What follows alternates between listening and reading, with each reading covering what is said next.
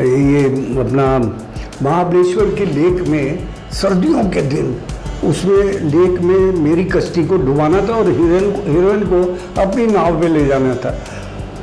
अब वो मैं अंदर गया और वो बुल करने का शॉट था कि मैं बचाओ बचाओ। तो एक्चुअली मुझे स्विमिंग आती नहीं थी, लेकिन मैं डर के हमारे प्रोड्यूसर डायरेक्टर को नहीं बोल रहा था कि मुझे निकाल देंगे, मेन विलन हूँ तो मुझे निकाल देंगे। तो ऐसी मुसीबतें हो तो मैं बड़ी मुश्किल से बचा और उन्होंने तैराक भेजे। जब काफ़ी देर तक मैं अंदर से बाहर नहीं निकला, तैराक भेजे, मुझे किसी तरह बचाया गया। तो ये आजकल के बच्चों को ये कश्तियाँ कम से कम सीख के आते हैं। तो मैं तो ये कहूँगा कि जो भी काम करने आओ आप पहले से प्रिपेयर होके आओ हमारी तरह, और खौफ में मत जियो, क्योंकि डर आदमी को आधा ही कायर कर देता है, मार देता है। तो डरो मत, सीखो और आओ। और उसके बाद की बात करना चाह रहे हैं आपसे, कैसे मतलब आपको एक हादसा था, आप खुद जाना चाहते थे इस टाइम में, कितना कास्टिंग कैसे होती थी? नहीं, कास्टिंग तो मैं खुद डायरेक्टर था, पूरी महाभारत की कास्टिंग मैंने की थी।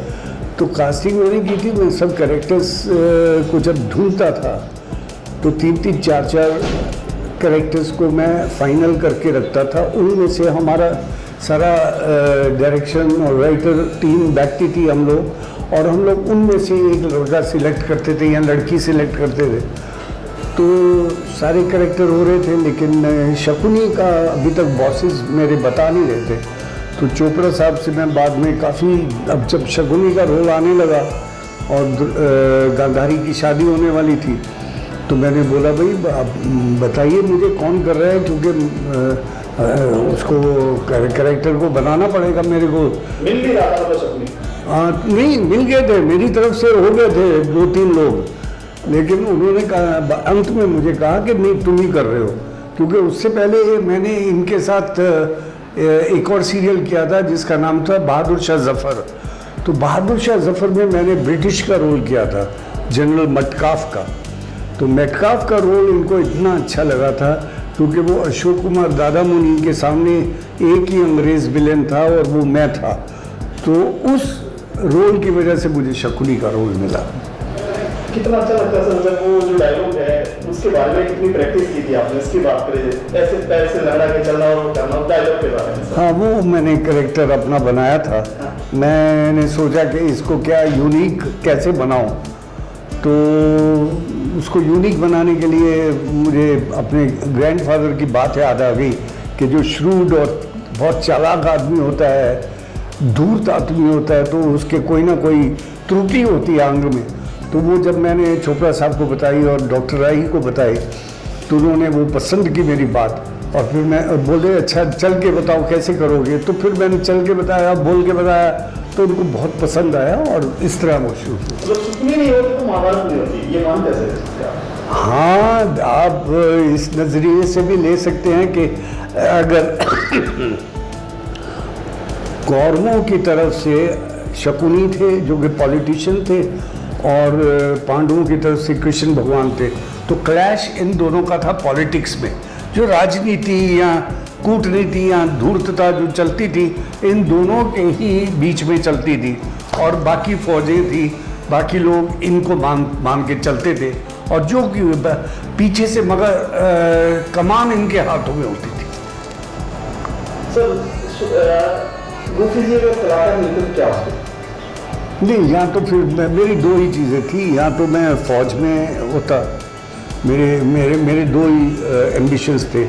मैं यहाँ फौज में होता, मतलब वायुसेना में पायलट होता, और यहाँ फिर मैं फिल्मों में होता। यही 2 चीज़ें। मैं नहीं मानता, बहुत से अच्छे कृष्ण हैं, हाँ, लेकिन ऊपर वाले की कुछ अच्छी दृष्टि पड़ गई हम पे, आशीर्वाद है भगवान का और कृष्ण भगवान का और राम जी का कि हमसे अच्छा काम हो गया।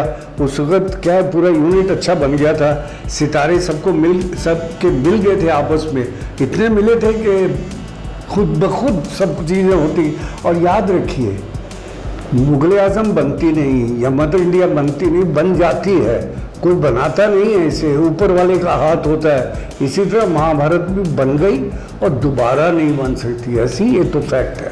सर आप कहाँ से बिलोंग करते हैं? I belong to Punjab. मैं एक्चुअली उस वक़्त के